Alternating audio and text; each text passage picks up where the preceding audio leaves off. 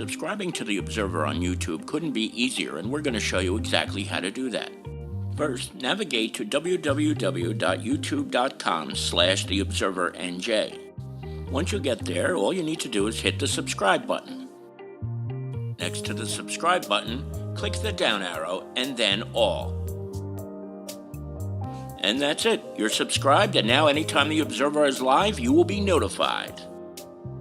Hi again, everybody. It's Kevin Canessa coming to you live from the newsroom of The Observer and TheObserver.com on this, the 10th day of March in the year 2026. Sure hope you're enjoying this day today, and how could you not? What a day. 75 degrees here in downtown Kearney. A beautiful spring-like day here in the Northeast. We don't get these too often. It's just a shame it won't be this way on Sunday for the parade, but that's always the luck of the draw, I guess. But as you do each and every Tuesdays, you let me into your home so that I could bring you this week's news.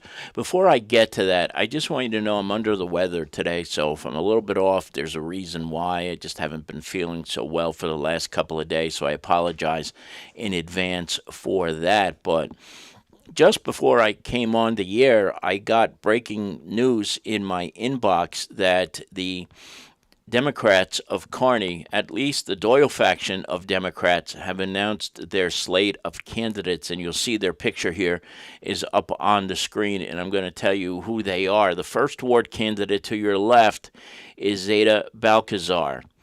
She is running to unseat George Zapata, who is the current first ward councilman in the first ward. I believe George is going to be running.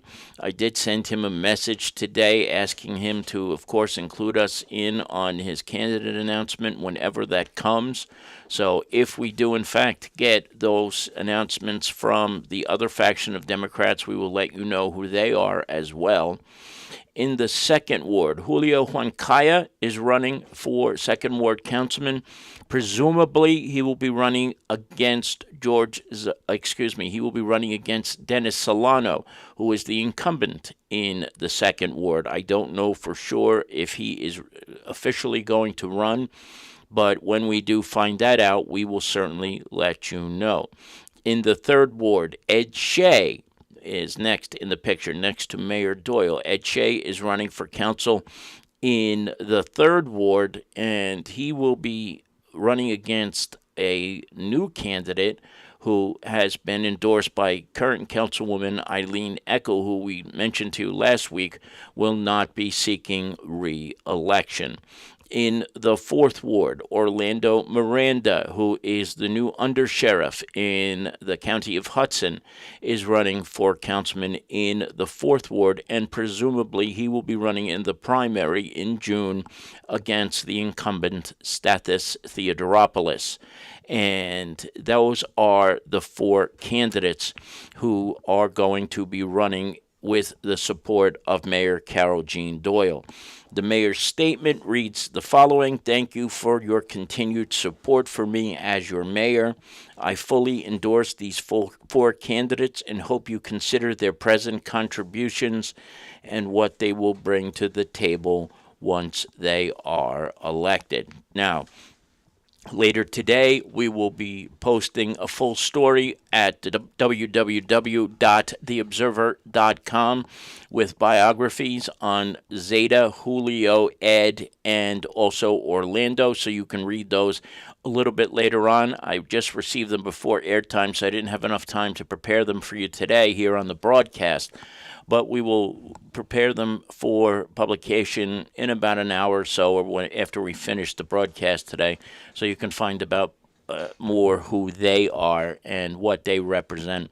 I know a good number of the folks on the screen here, especially Orlando and Ed, and they're both very, very good people. So we will certainly, I'm sure, hear more from all of the four here that you see here, and hopefully here at The Observer you will hear more about the four who will be running on the opposition slate with the Democrats, who are presumably two of them are the incumbents, maybe three of them will be incumbents when all is said and done. We do not know whether the Republican Party of Kearney will be fielding candidates again this year. They did for the last couple of years. It's very possible they may do so again, but we have not gotten any word about any of the candidates from the Republicans. If we do, we will certainly let you know who they are if they bring it to our attention. They know they can send us their announcements, and I say that again to George Zapata and to Stathis Theodoropoulos, Dennis Solano, anybody who is running. When you make your announcements, please, if you feel free to, you may include us. We will be happy to introduce you to them as well. So that just came today. So that was a pretty striking breaking story to get just before airtime, but I'm happy that I was able to get it just before we went on the air today. Now, before I get going into some other things, I want to say hello to a couple of people who are in the chat room today. There's certainly a lot of people watching, but not necessarily chatting. Melanie Ryan, the deputy mayor of the town of Kearney and a dear friend of mine, is watching us today. Good afternoon, Melanie. Another dear friend, Carol Manley, is watching down the shore, I'm sure. Good to see you, Carol. June Hearn, her mom, is watching us as well down the shore. Hello, Mama June. Hope you're enjoying this beautiful day, a day that we don't get too many of in March. It's good to see you. Larry Handlin is also watching with us today. Larry, always grateful for your presence and being here every single week. I appreciate it more than you know. And then, of course, Barbara Condon watching us from the state of New York. She is here yet again. She is always watching us. I appreciate that very, very much, my friend Barbara. Thank you. Oh, Carol says she's in Kearney today. Wow. Okay, usually listen, Carol splits her time between the Jersey Shore and here, but she's here in Kearney today, so it's always good to know she is in this neck of the woods. Good to see you, Carol, and thank you for popping on as you do every single week. And she's here for the parade. Of course she is. Are you marching in the parade? As a former Deputy Grand Marshal, I would imagine you probably are, but even if you're not, it's okay. It'll be nice to see you on parade day. Don't forget the parade is at 1 o'clock on Sunday, believe it or not. The weather will not be as nice as it is today, but it steps off at 1 o'clock from Harrison, makes its way up Frankie Rogers Boulevard, excuse me, all the way into Kearney, and the review stand with Joe Reese, an expected grandfather, as the master of ceremonies. We don't know if he'll be able to do it today, that day, because I believe his daughter Emily is due that very day. So it's possible you may see some other MCs, but we'll see where that is and when it happens. Kenny Evans is also here with us. Kenny, good afternoon. Good to see you. It was good to see you at the dinner last week, 2 weeks ago, and was happy to spend some time with you and Shannon as well. So hope you guys are enjoying the day today. And I just got a breaking news alert that a bomb threat was called into Harrison High School. I don't know the details about it, but this will be about the 50th time this has happened in the 2025-2026 school year. I'll let you know if I find anything out about it, but it's going to be kind of hard being on the air right now. Now, I am not a high school sports fan. I really am. I used to be when I was a teacher at St. Anthony High School, and I got to sit right next to Bob Hurley and watch him coach some of the greatest in the state of New Jersey for 4 years of my life. But there was a basketball game that the Lyndhurst High School team played for a state championship on Saturday. And the game was tied with 15 seconds left in the fourth quarter. Madison was up in that game, I believe it was by 19 points in the first half of the game. And Jason Bernstein, our sports reporter, told me about this, and he said, you're not going to believe the ending to the Lyndhurst-Madison basketball game the other day. It was sickeningly exciting. So rather than explain it to you, I am going to show it to you. Take a look at the last 15 seconds of the Lyndhurst High School varsity championship game from the other day. Reaches in, draws a foul, but they have fouls to give. Okay, so now that was their last foul to give, it appears. You saw Randall asking Coach Real how many fouls that was. Now they're not going to foul anymore at all. 15 seconds to go. Here in the North 2 Group 3 sectional final. It's going to go to Chiname. Trying to win it and give Lyndhurst their first title in over 40 years. He gets stripped. Ball still in play. 2 seconds. Chiname. Oh! Oh my goodness! Johnny Chiname hits an unreal buzzer-beating 3 to win the title for Lyndhurst. I don't believe it. Look at the gym. Lyndhurst's first title since the 20th century comes on a desperation 3 from the all-time leading scorer. As time winds down, they complete the comeback, down 19 at the half. The crowd they've stormed the court. 60-57, that's it. What an unreal win. Everyone in the gym is on the floor right now. Johnny Chiname with the 3 from near half court. What an unreal ending to the game. Incredible. Madison up 19 at the half. It's heartbreaking for the Dodgers.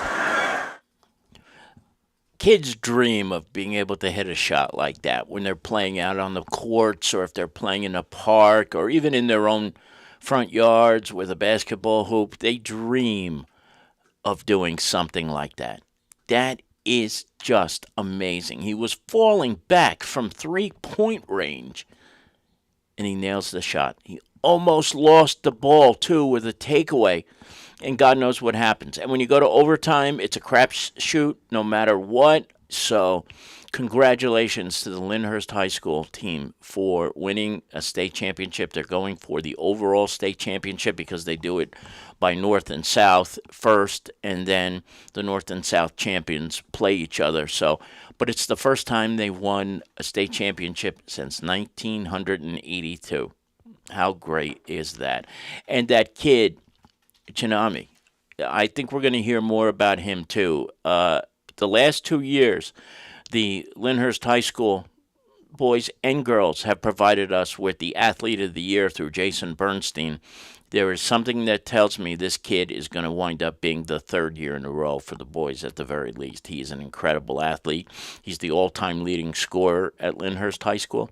So just great stuff. I appreciate you bearing with me as I showed you that. But as I see Barbara Condon in the chat room seeing that basket made me cry. That is just an incredible shot. Things you don't get to see often. When they do happen, we got to show it to you. Now, we are right in the middle of an enforcement period for Goal Zero, which the New Jersey Association of State Chiefs of Police have put out.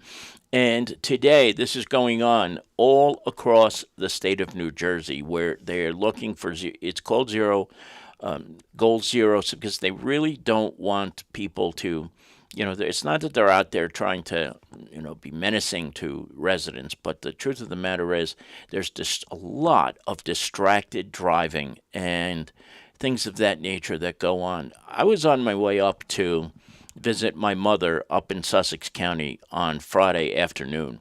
And as I was driving along Route 80, there was a guy who was driving a sports car, and he had to be going 120, 130 miles an hour.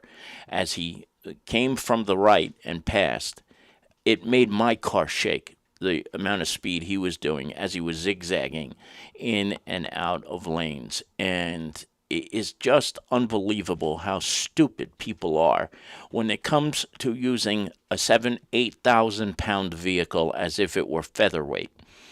And I'm glad the Association of the State Chiefs of Police do this now. And unfortunately, it was this particular enforcement action on distracted driving and aggressive driving was brought on by a family in Bayonne that was hit with a massive tragedy several years ago, where a father and daughter were both killed in what was described at the time as a horrific accident.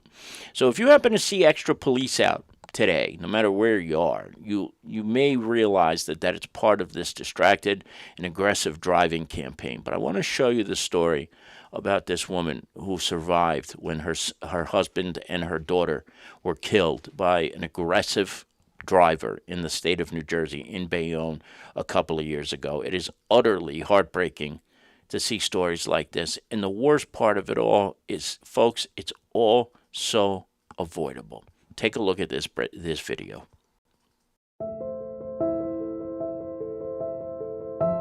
My name is Pam O'Donnell from Bayonne. On February 22nd, 2016, my family's life was forever changed. An impaired driver killed both my husband, Tim, and our 5-year-old daughter, Bridget, on the New Jersey Turnpike. Such unspeakable tragedy happens far too often in New Jersey. Something needs to change. You've seen it in the headlines, and you've likely witnessed it on the roads. Traffic fatalities in New Jersey and across the United States have had devastating impacts on families and communities throughout our country. At a glance, it may not seem like it, but the last few years serve as a clear reminder of the crucial work of police and prosecutors to save lives on New Jersey's roadways. In 2020, in response to the growing pandemic, law enforcement intentionally reduced our levels of traffic enforcement. We had no choice at the time. New Jersey was focused on minimizing person-to-person contact on the roads to protect officers and citizens from the spread of COVID-19. Even within the law enforcement community, where we understand the value of traffic enforcement, I don't think anyone could have anticipated the negative effects of reduced traffic enforcement. It's directly related to the increase in poor driving behaviors, creating higher risk on New Jersey highways. High-risk behaviors resulted in more serious crashes throughout New Jersey. In 2019, there were 558 traffic fatalities in our state, very close to an all-time low. But in 2020, with the reduction in enforcement, we saw traffic fatalities increase to 587, and in 2021 to 697. That's the largest year-to-year increases in traffic fatalities in our state in more than 50 years, and the most fatalities on record in the past 15 years. The ramifications of reckless driving affect generations. My husband and daughter are now statistics because of bad choices made by a bad driver. It defies the laws of nature to bury a child, and it is heart-wrenching to lose your life partner so senselessly. The state police and local law enforcement regularly undertake traffic enforcement initiatives with the goal of reducing fatalities on our roads. We trust that by focusing on the most egregious driving behaviors, law enforcement can significantly impact reducing fatal crashes and making our roads safer for everyone. Yes, in the last few years, law enforcement has faced challenges. But despite these challenges, police officers across our state remain committed to keeping our roads safe. In 2023, officers across New Jersey, on highways, in back roads, in small towns, cities, and major metropolitan areas, intervened to remove more than 29,000 impaired drivers from our roads. And we also issued more than 2 million other traffic summonses. Although that may seem like a big number, the enforcement is still about 33% less than the traffic enforcement levels we saw in 2019. Many of those summons issued were in direct response to the top 4 causes of traffic fatalities: impairment, speeding, distraction, and pedestrians. Year after year, these factors top the list of contributors to fatal crashes. Last year, impairment was a factor in 33% of all traffic fatalities. Speeding was involved in 25%, distraction in 27%, and pedestrian in 27% of all traffic fatalities. Traffic enforcement is about changing dangerous driving behavior. Plain and simple. Many New Jersey drivers do not understand the risks they are taking with their lives and the lives of others when they decide to drive recklessly. There is no greater tool in changing driver behavior than meaningful traffic enforcement. I'm pleased to say most drivers are careful and diligent. Nearly 93% of New Jersey drivers wear their seatbelts. Many drivers avoid the temptation of their cell phones and are not distracted while behind the wheel.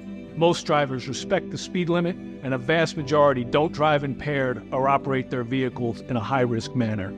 The challenge of law enforcement is to intervene in the behaviors of a small portion of drivers who engage in risky driving. We need to return our focus to these drivers and to ensure they know that police and prosecutors in New Jersey are serious about traffic safety as we've collectively moved beyond the pandemic.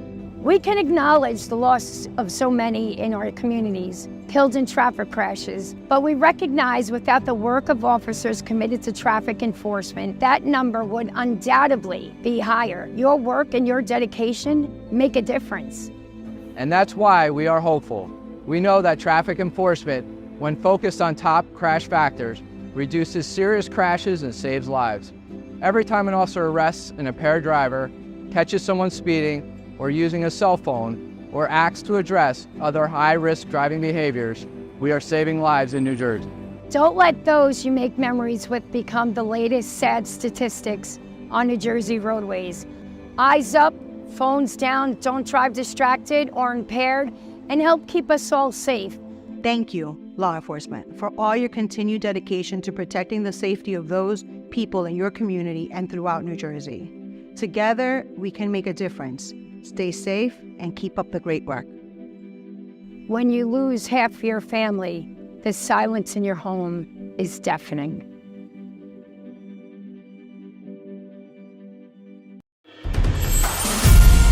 That's just remarkable stuff, and it makes me think about a couple of things. First of all, when you talk about impaired driving, in 2026, there are still so many drunk driving arrests. In a world where there is Uber, Lyft, taxis, and things of that nature, can't help but think about Johnny Gaudreau and his brother Matthew, who were killed in South Jersey a couple of summers ago. Johnny was a star for the Columbus Blue Jackets, and he and his brother were riding bikes and were killed by a driver who was alleged to be drunk, even though his blood alcohol content was just above the maximum allowable. But still, why do people find the need to get into vehicles and drive when they've had something to drink, when there are so many other ways to get around? I don't understand it. And talk about aggressive driving. Yesterday, I stayed home because I wasn't feeling well. And I get a text message from Lisa, who tells me that one of Michelle's acquaintances, who's also called Michelle, was killed just outside of Washington, D.C. over the weekend by a road rager. And I can't show you that video, but what happened in that case was there was some sort of incident of road rage, and they got into an argument. The guy was just belligerent, and he wound up stabbing first his dog inside his vehicle. Then he got out of the car and he attacked 4 people and wound up taking the life of this young woman, Michelle, who was 39 years of age. 39 years of age over road rage. I can't imagine what must be on the heart of a person who would do something so disgusting. And don't you know, this guy's not going to face any justice at all, because unfortunately his belligerent nature led to the Virginia State Police having to shoot and kill him, which is always the easiest way out for a defendant who does something so sickening. But again, it just brings me back to that. Like, when you're getting in a car, if you're going to get that freaking mad, don't get in the car. I've seen it. I've been in cars where people have been belligerent. I've been on the other side of somebody else's road rage.